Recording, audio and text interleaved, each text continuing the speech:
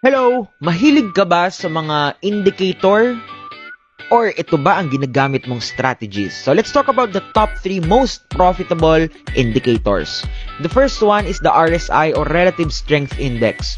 Si RSI po is a powerful overbought or oversold indicator that give predictive signals right before the trend changes.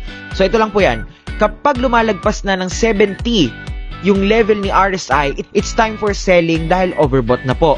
Kapag naman nasa baba na siya ng 30, oversold na si market noon and most likely tataas na yung price. So it's time for buying.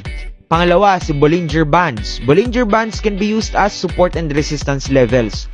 Yung lower band, ginagamit po natin siya as support and yung upper band, ginagamit naman natin siya as resistance. So maganda tong indicator kapag nag-hit na si price kay upper band, so resistance na yun, pwede ka na mag-sell.